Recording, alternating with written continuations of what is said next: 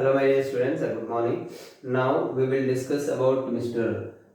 Anomalous behavior of beryllium. Beryllium configuration, once if you see, it has 1s2, 2s2, 2p0. In ground state, it has only valence electrons you have to consider. So in valence shell, you have 2 electrons. So one electron, if excite to p, then first excitation state you will have with 2 unpaired electrons. One is in S and one is in P actually. So is there any 2D possible? 2D? No, not possible. So due to absence of d orbitals and due to very small size and due to very small size and Mr. absence of d orbitals, this beryllium have anomalous behavior. Anomalous behavior means what is the meaning? Having different properties.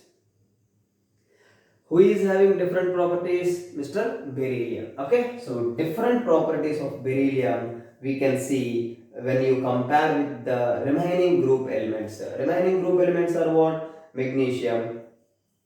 Okay, magnesium, calcium, strontium, barium, those actually. So group elements means they should have similar properties, right? So all elements have same properties, correct? Which are present in a group actually. But beryllium have similar properties with magnesium, calcium, strontium, barium, but few properties are different. What those are? What are the anomalous properties? This anomalous behavior is due to small size and absence of d orbitals. Okay, so what are the properties means beryllium compounds are covalent. Beryllium compounds are covalent. Due to this covalent nature, beryllium can have maximum covalency. Can have what? Maximum covalency 4. This is very important. I told you in previous also. Okay. Why 4 valency? As I shown, with 2 unpaired electrons and with 2 empty orbitals, total 4 orbitals it can provide because of its covalent nature actually. Excitation state is not possible for remaining because they are ionic. So beryllium compounds are covalent, but remaining means what? Like magnesium, calcium, strontium, barium have only ionic compounds. So there is no excitation state. Suppose if you see magnesium compounds, magnesium will lose 2 electrons and will be taken by other atoms like non-metals like chlorine like that. If you take some MgCl2 like that, so how this form? There is no covalent, but this BeCl2 if you see, this is covalent actually. So there is a sharing nature between beryllium and chlorine, but in MgCl2 there is no sharing nature. Simply you can call it as ionic. That is the difference. Here no excitation state, nothing. Sir, this also magnesium have some hybridization. No hybridization for magnesium here, but beryllium has hybridization. I shown in previous also. This beryllium has sp hybridization, but magnesium don't have any hybridization because MgCl2 is ionic. We will give hybridization only for covalent molecules. So BeCl2 is covalent and it have bonding in its first excited state, but MgCl2 is ionic. Simply magnesium will lose 2 electrons and have Mg2 plus, and there will be a 2 chlorines. Each chlorine has -1 oxidation state. So you can write as ions like Mg plus 2 and 2Cl minus like this. Correct or not? So like that you can say beryllium has a very small size and absence of d orbitals. Due to that, beryllium have anomalous properties. What is that? Two anomalous behavior I was given here. Beryllium compounds are covalent, but compounds of remaining are ionic. And beryllium can have maximum covalency 4. I showed in BeCl2 in solid phase. It has a polymeric structure. Their beryllium has 4 bonds, and their in BeCl2 solid state, beryllium has sp3 hybridization I shown, and BeCl2 in vapor phase, it has sp2 hybridization I shown. Correct or not? So that is bridge like chlorines you will have. Correct? So like that. And one more, the next point is beryllium oxide and beryllium hydroxide. Hydroxides are amphoteric in nature. What is the meaning of amphoteric? Both acidic and basic nature actually. That means this can combine with acids as well as base. That is the meaning. So beryllium hydroxide and beryllium hydroxide and beryllium oxide are amphoteric in nature. What is the meaning of amphoteric? Means both acidic and basic. But remaining oxides means like MgO, or example I am writing here. Remaining means MgO or like MgOH twice. These all are basic in nature. Not only magnesium oxide, not only magnesium hydroxide. Okay, remaining also strontium or calcium oxide and calcium hydroxide, they are also basic in nature.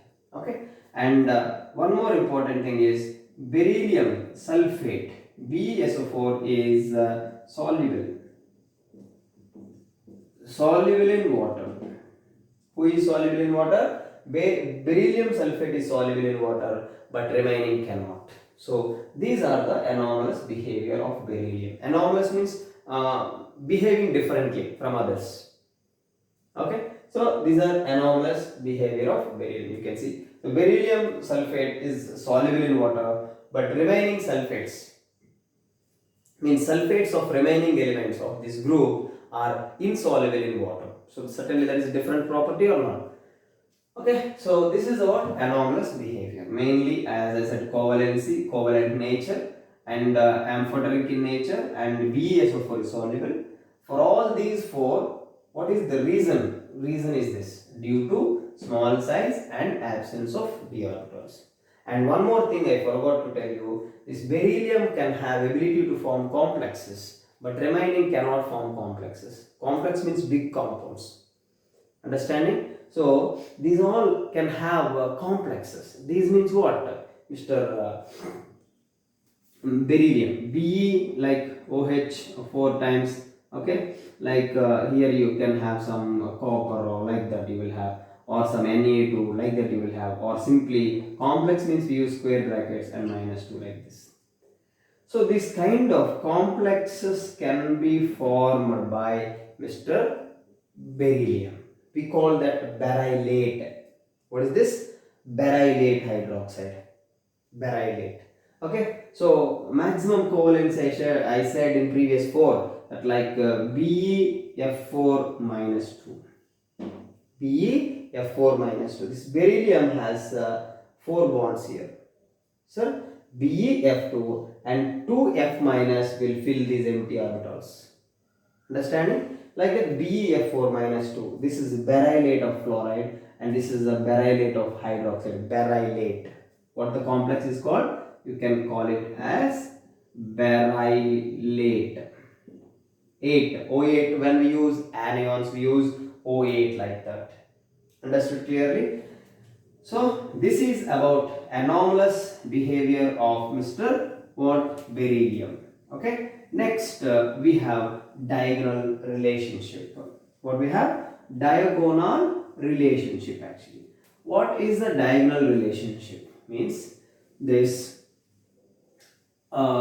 this second period elements, if you see, they have similar properties with the next element of the next group. So here what we have to discuss, diagonal relationship.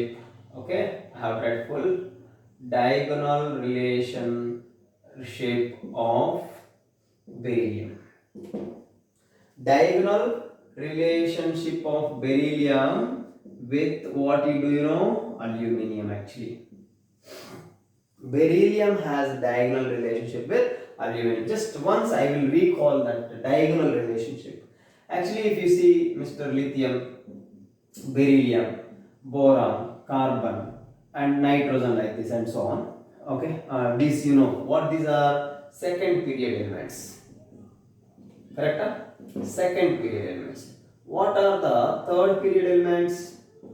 Third period elements, if you see, Here you have sodium and here magnesium.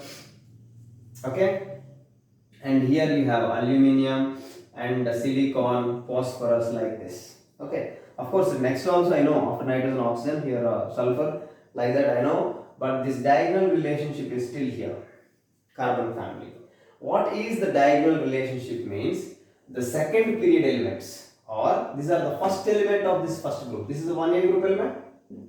Of course hydrogen you have, but hydrogen we won't consider as a alkali metal. Okay, so first element means lithium, no? First element of the first group. This is first group. Every group, this is the group, first element, like that. Okay, first element of each group will have similar properties with the next element of the next group.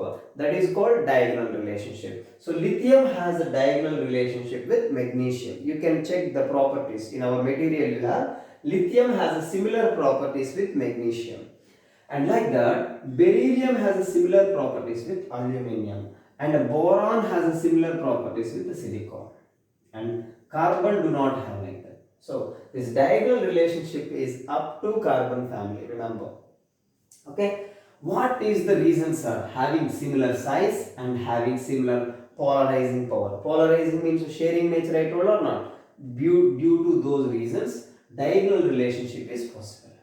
What is the diagonal relationship? Having similar properties.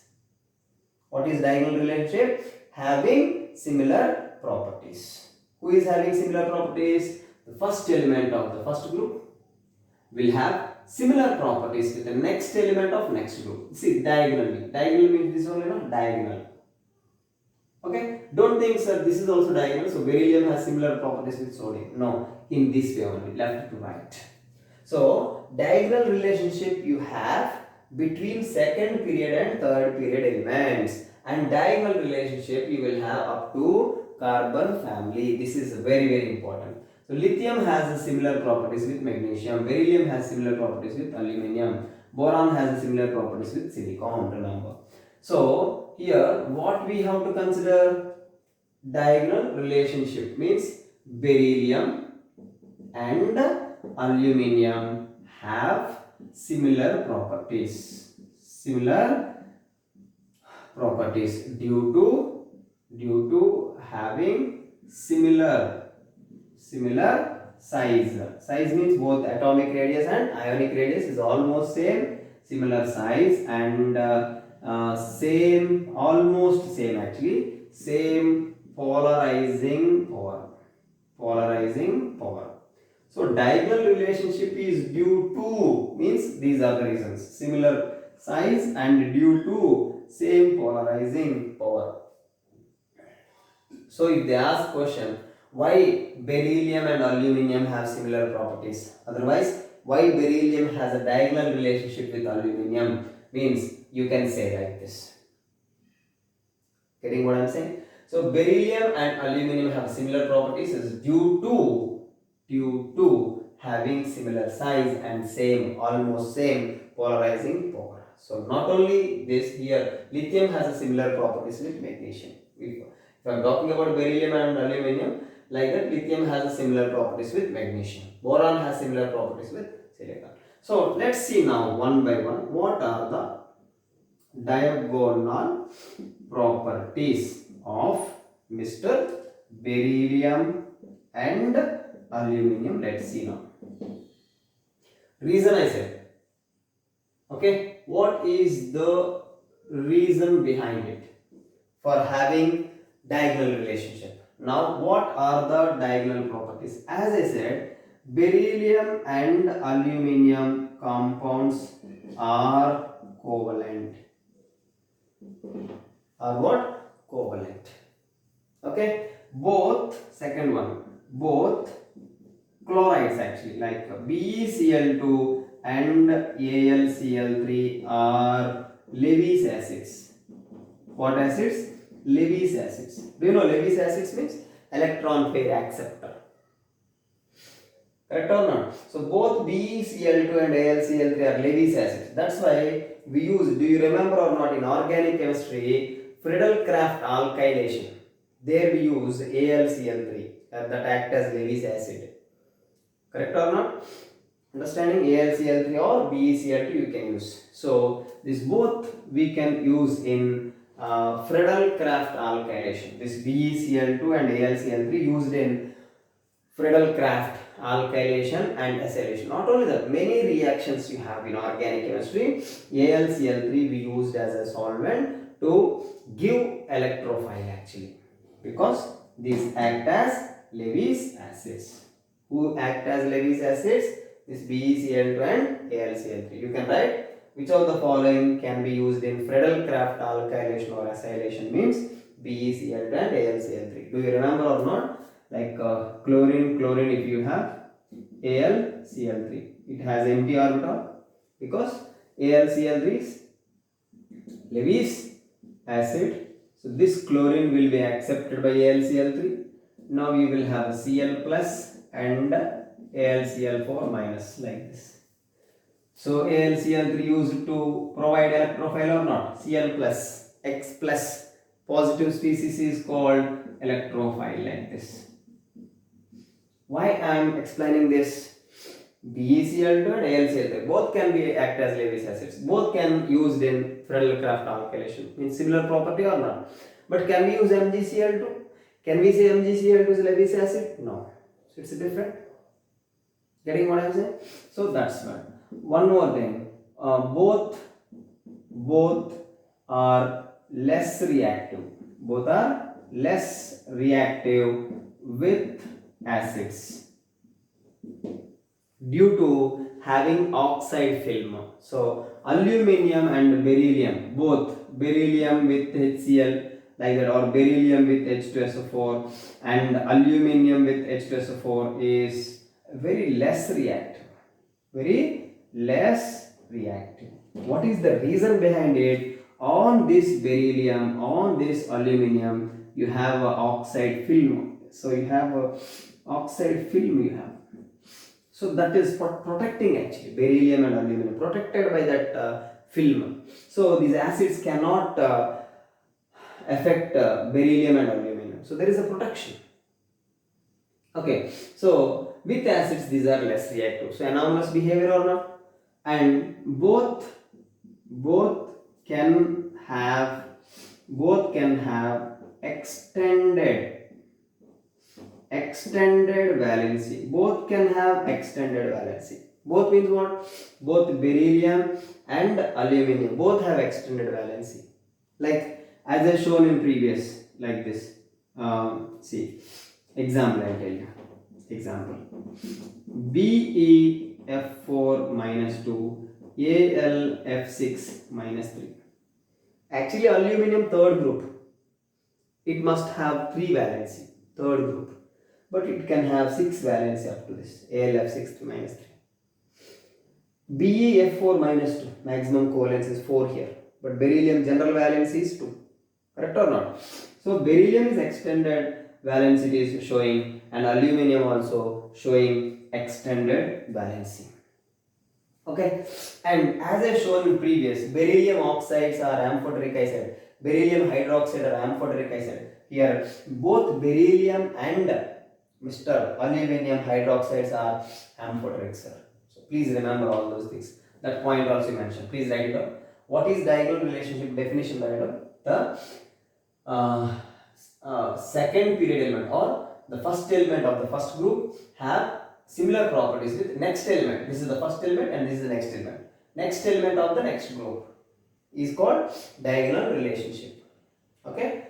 Due to diagonal relationship, those elements who are diagonally present, they have similar properties in second and third period. Please have a screenshot and write down 1, 2 and here 3. How that is acting as Lewis acid written. And both are less reactive towards acid. Both can extend valence, I said. Now, one more point I said. Both oxides means beryllium oxide and aluminum oxide. Both are what? Amphoteric in nature. So that point also you can write.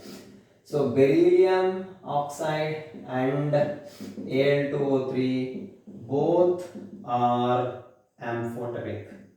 Both are amphoteric. Amphoteric means what is the meaning? both acidic and basic. And both beryllium and aluminum forms complexes with excess of alkali. With excess of alkali like that. Understanding? Suppose BeCl2 with hydroxide OH minus, like NaOH. Alkali, na? This is alkali. Alkali. It forms BOH 4 times minus 2. Why minus 2? Beryllium should be plus 2 here. Because beryllium oxidation state won't change. Covalency can be 4, not oxidation state. Beryllium maximum oxidation state is plus 2. Always plus 2. Alkali metals plus 1. Alkaline earth metals plus 2 like this.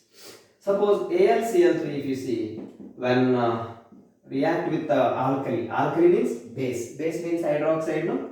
Then what you have? Cl minus will go, sir. Okay, don't worry about that. Now what happens? Okay, what is this understood? Beryllium oxidation state is plus 2 here. And now here, what you have? Suppose here some NaOH like that if you take answer, you will have AlOH 6 times and minus 3 plus Cl minus like this. Even aluminum can react. So these have ability to form complexes. These are called berylates. This is aluminate. I written name already, this berylate, and this is called aluminate. This also I can write. This is berylate. Berylates and aluminates are forming. Both are covalent. So both are having less reactivity towards acid. Both are extended valency. Okay. So these are some properties. And one more thing, in chlorides of both beryllium and aluminum, they are having bridged chlorines in vapor phase. Bridged chlorines in vapor phase. I'll show you those also. You please write down these 2 points. Okay. So what I said last and final, beryllium and aluminum chlorides have bridged chlorines in their vapor phase. This is the most important thing. Okay. Suppose I told you already BeCl2 in vapor phase. How it exists? It exists as a dimer. Exists as dimer actually. Correct or not? How I shown that already. This Be and you have a Cl like this and Cl. Okay. So here you can have Be and Cl and Cl like this. Oh, dimer I said, no? So I written wrong. Sorry. So Be and Cl and Cl and Be and here you have. Okay. So with this you have like this. Cl and Cl. Okay, dimerization possible. Means bridged chlorines are possible here. Like this. Of course it can be extended, but dimer means only 2 now. So one chlorine is like this, one chlorine is like this. Okay. 3 I written. Yeah, like this. Now it is BeCl2. Correct? Now suppose this is having like this. You show it. Now this is having like this. Dimer. See, 2 chlorines are bridged. These chlorines are bridged. This chlorine and this chlorine are bridged now. BeCl2, BeCl2 like this. Okay? Understanding? Like that. AlCl3, Al, Cl and Cl and Cl like this. Al, Cl, Cl and Cl. See? AlCl3 and AlCl3 and AlCl3 like this here. Suppose AlCl3 and AlCl3 like this. One more you can have like this. Okay, so it is Al2Cl6, Al2Cl6 dimer. Both are existing as dimer. Suppose this is AlCl3 one. So this is forming like this. Otherwise, this is AlCl3, this one. This is AlCl3, suppose one molecule. Now this chlorine is bridged. So this is forming like this. Now this chlorine will form a bridge with this.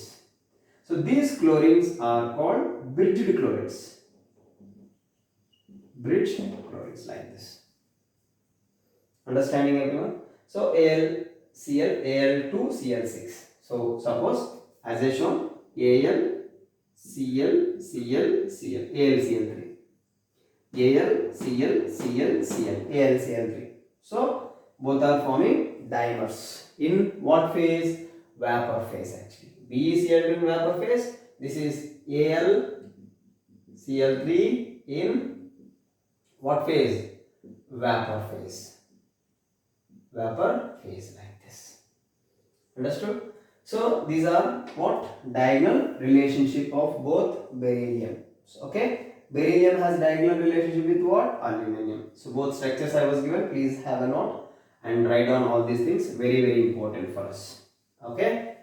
So next actually we have to discuss about calcium compounds. What is that? Calcium compound. So calcium oxide we have to learn, that is quicklime. Calcium oxide is called quicklime. How you will get? If you see preparation, very simple. Do you know calcium carbonate CaCO3? It is an equilibrium reaction. CaCO3 is solid. It converts to CaO plus CO2. Actually equilibrium reaction. If you want only calcium oxide, CO2 you have to remove. If CO2 removed, then back reaction won't happen. So calcium oxide preparation is very simple. Calcium carbonate decomposition. You will get CaO and CO2. Getting what I am saying? So calcium oxide and CO2 you are having. Calcium oxide is quicklime. So if CO2 is there in that vessel, what happened? Back reaction happened. So when this dissociation happened or when this decomposition happened, CO2 must remove from the vessel. Then only CaO remains. Otherwise, back reaction happened. Okay, that's it. Come to properties. If you see, very simple. Calcium oxide, when react with H2O, then you will get CaOH twice, calcium hydroxide. Calcium oxide with CO2, then you will get Ca. What you will have? CaCO3 you will have, calcium carbonate. Calcium hydroxide is what? Slaked lime. Slaked lime. Or you can have it as lime water. Lime water. Or this you can call as milk of lime. Why sir? Three names. I will show you here. Normal solution is slaked lime, common name. Lime water, calcium hydroxide in water, in aqueous solution. Calcium hydroxide in aqueous solution is called lime water. Calcium hydroxide suspension. Suspension is called milk color you will have. Okay. Only calcium hydroxide suspension means like a precipitate, like a paste, we call as milk of lime. Understanding? So this CaCO3, you know this limestone like that, everybody knows, calcium carbonate. This CaO and CO2 plus H2O, then you will get CaHCO3 twice. CaHCO3 twice. Or else you can have like this. CaOH twice when react with the CO2 and H2O. Of course you have to balance. And you will get like this CaHCO3 twice. Calcium bicarbonate. Calcium CaO with only water, CaOH. CaO with carbon dioxide, CaCO3. CaO with carbon dioxide and water, bicarbonate you are having. Okay. Not only that. Calcium oxide with silicon dioxide, you will get CaSiO3, calcium silicate. Calcium silicate you are having. This calcium oxide, when react with like P4O10, phosphorus pentoxide, then Ca3PO4 twice. Ca3PO4 twice. You can write P2O5 otherwise you just balance, not a problem. P2O5 you can write. P2O5 dimer is P4O10. Don't think when previous I written wrong. P4O10 given also you should balance. Of course you have to take some 3 times like that. Okay. So Ca3PO4 twice you are having. Calcium phosphate. Very very important. Okay. So next, the most important, this please write on this. Calcium oxide when react with a carbon and nitrogen, you will have a nitrolim. What is nitrolim? Everything I'll tell you now. Please write down all these things. These are the properties of calcium oxide. What is our properties of calcium oxide? Next, some more properties. That is reaction with the carbon. CaO, whose reaction? Calcium oxide reaction with the carbon. Then what you will get, CaC2. CaC2. Calcium carbide you will have. CaO when react with the carbon, you will get CaC2. Okay. You will have 3 moles you have to take, of course, and you will get carbon monoxide also. Okay. This CaC2, calcium carbide, it is Ca plus 2, C2 minus 2. Remember this, charges, very very important. Sometimes they can ask. The CaC2 is called what? Carbide, calcium carbide. CaC2 when react with N2, then you will get CaCN2 plus C. This is called nitrolim. What is that? Nitrolim. Important fertilizer it is. It is used to prepare urea, okay, and melamine. Urea trimerization is called melamine. Remember, just write down. Urea trimerization is melamine.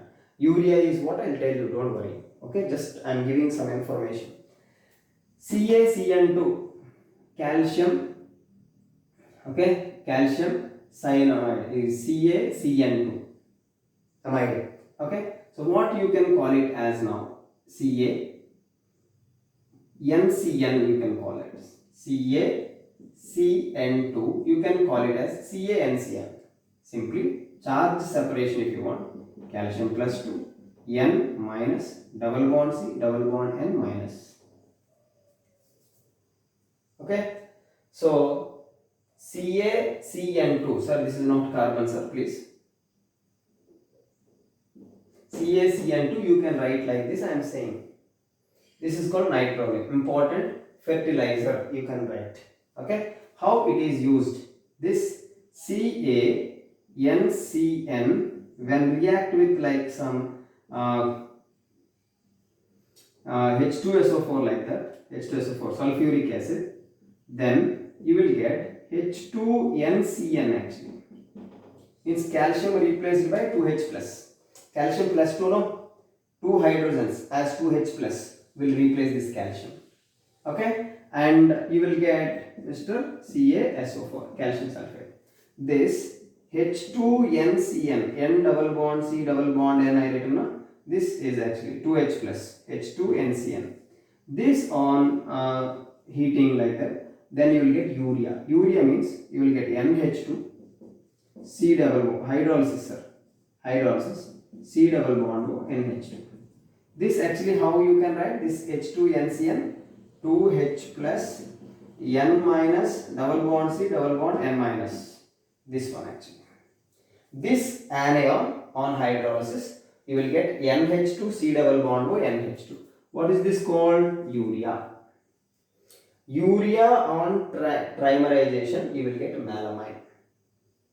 Getting what I am saying? This is urea formation. Okay. So simply that point also you have to write 3 moles of this NH2, C double bond O, NH2.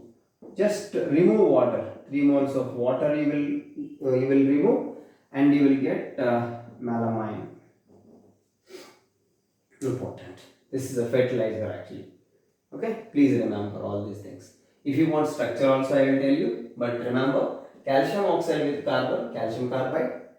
Calcium carbide when react with when react with N2, sorry I didn't mention plus, I think so. CaC2 with N2, Okay, then you will get CaCN2, calcium cyanamide plus carbon, that is called nitrolim. Calcium cyanamide, amide, NCN.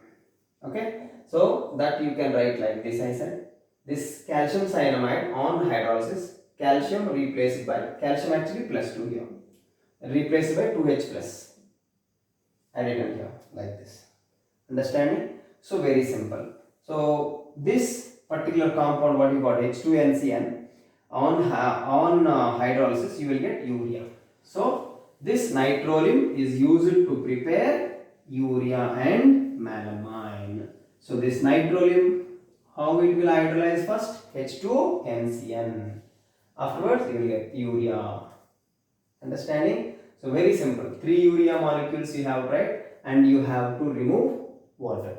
Suppose like this, C double bond O. Okay. Next NH2. One more NH2. Is it urea or not? Urea, right? One more like NH2.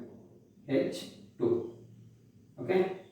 NH2. Next C double bond O and NH2 like this. Now here oxygen is there. Now NH2. Next like this, C double bond O. Now NH2 like this, NH2. So if you see what happened, very simple. Yeah, I just wait. C double bond O, NH2 and NH2. What you will have 3 moles written or not? What happens? Can you guess? H2O will remove. See, H2O will remove and H2O will remove like this. So you can write melamine or not, tell me. What do you have? Here oxygen, here C, and here N, and here N, and here C, and here C, alternatively. Correct? Double bond, here double bond, no? Or water removed. Single bond, correct? 2 hydrogens. Next term. So you have NH2. Like this, single bond, like a double bond, and single bond. So yeah, here one more will be there, no nitrogen. So C, and you have N and double bond and C, NH2 like this, NH2 like this. You have 3 moles, and here what, NH2 you have like this. So alternatively. So here I think I have double bond here again. Double bond, no? Between these two, double bond.